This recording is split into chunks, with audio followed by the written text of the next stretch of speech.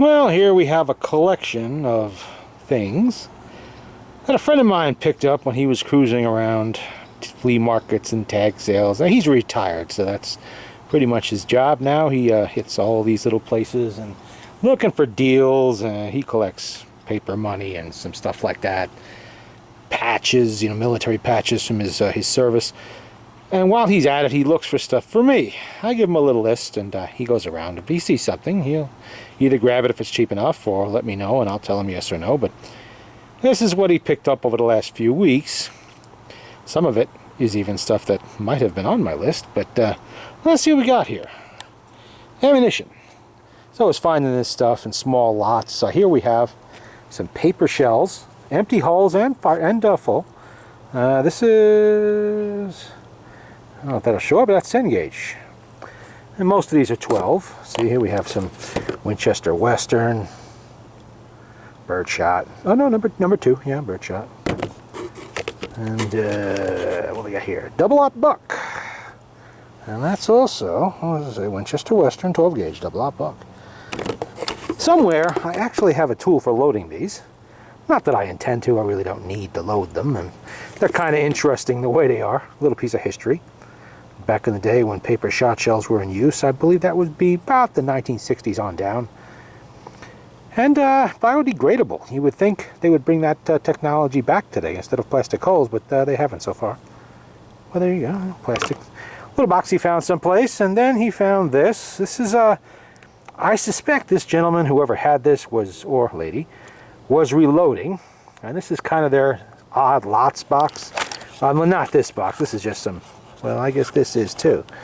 Looks like an odd collection of 9mm, most of it.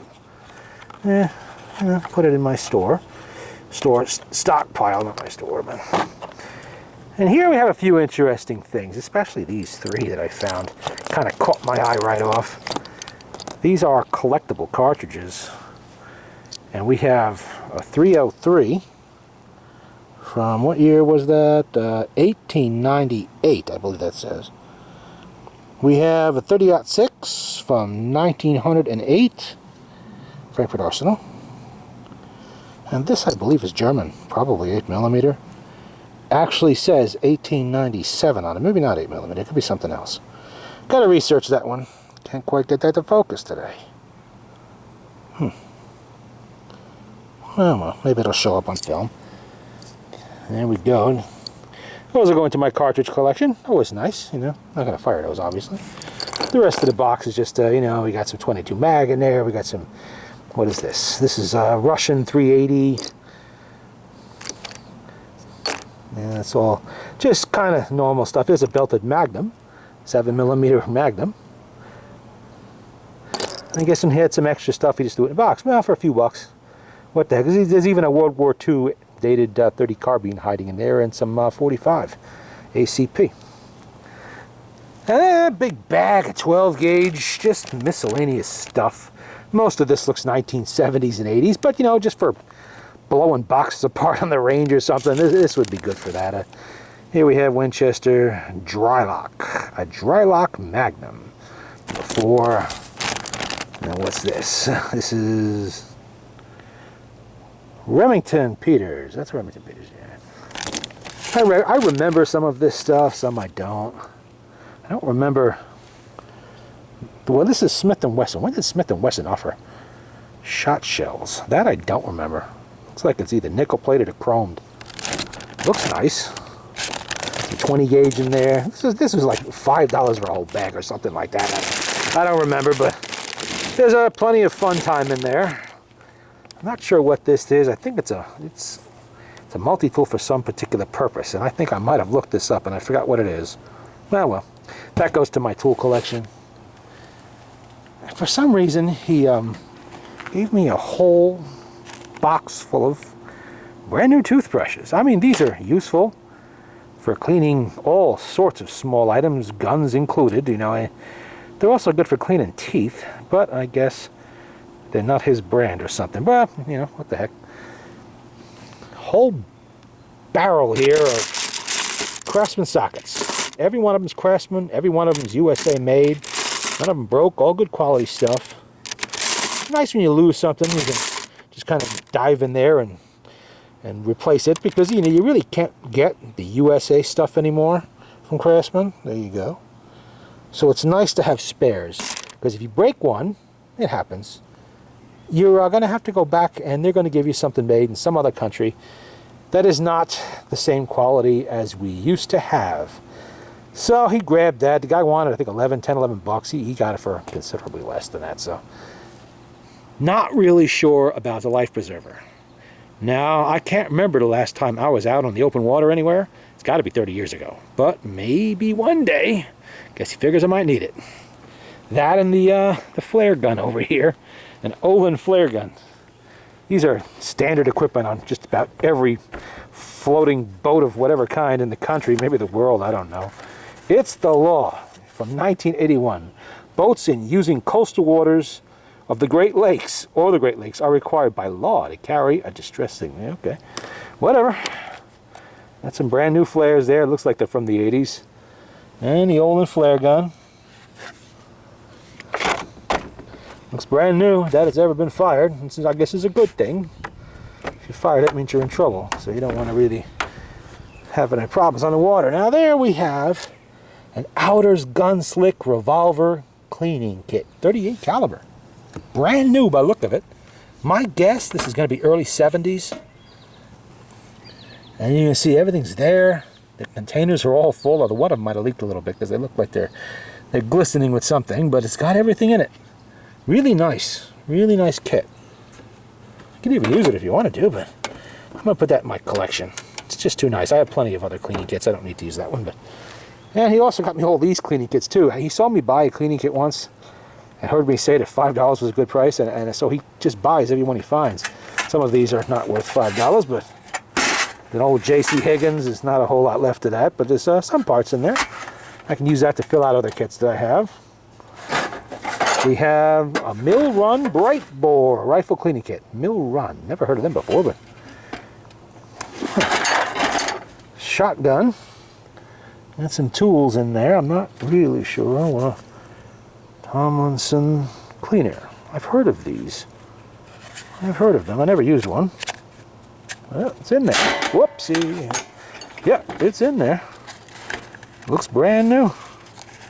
See what we got here. Box wants to run away on it. Well, I don't really know. Looks about 12 gauge size, maybe 16. Never used one, don't really know how they're used. I'll have to look that up. Maybe it says on the box and I just didn't see it. All metal cleaner.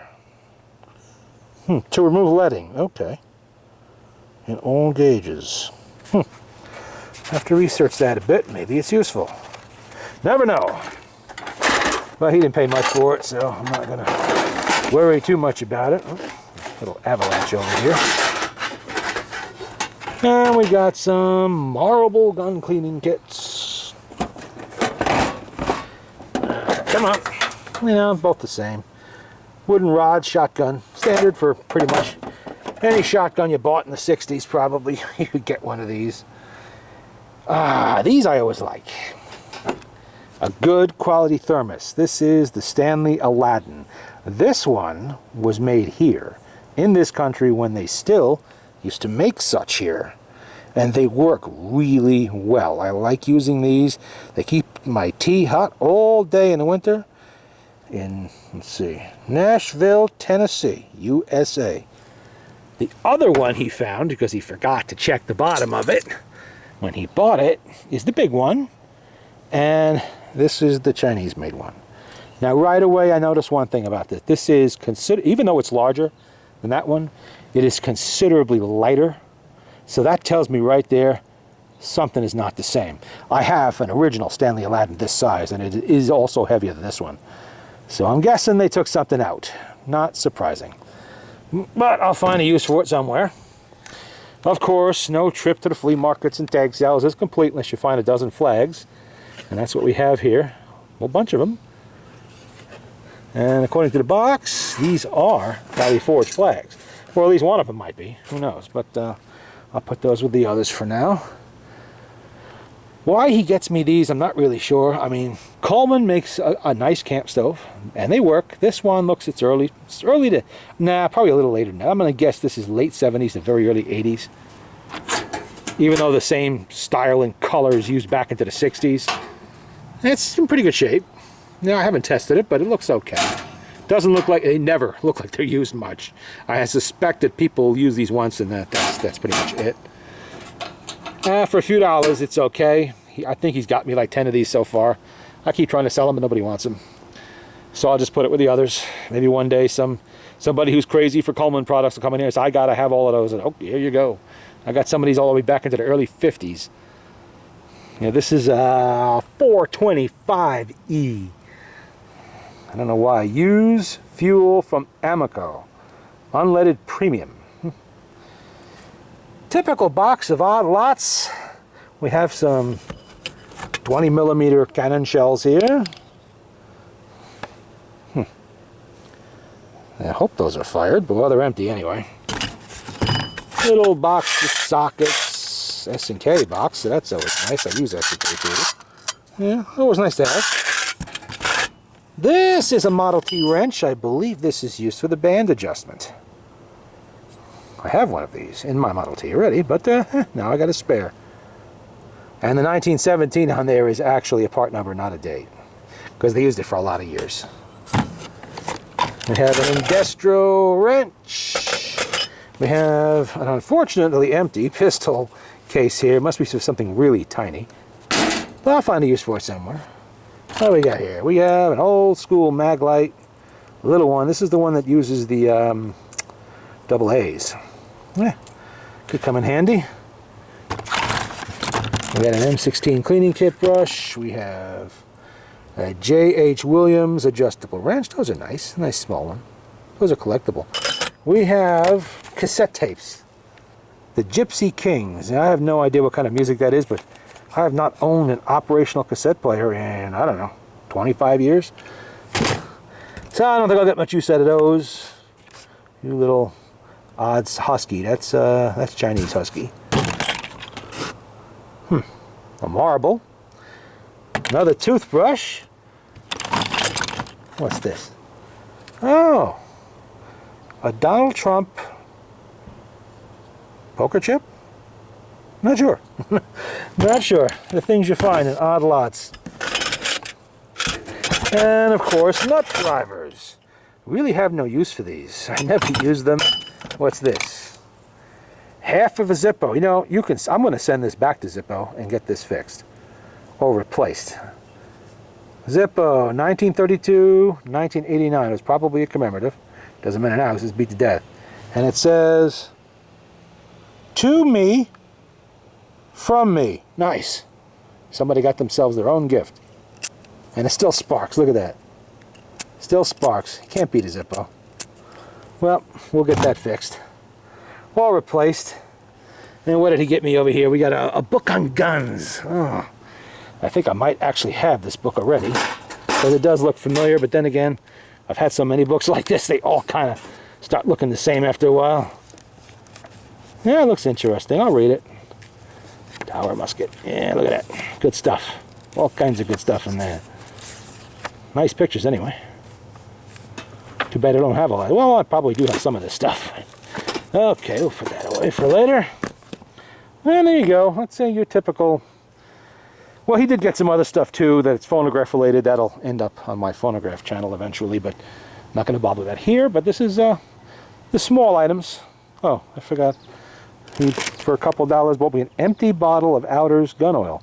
Well, you know what? I have sold these metal cans on eBay before. I think that's what's going to happen with this one, because what use to me is an empty can of oil? I need full one. Let's see. Did I cover everything? I think I did. Okay. And there you go. That's the lot of it.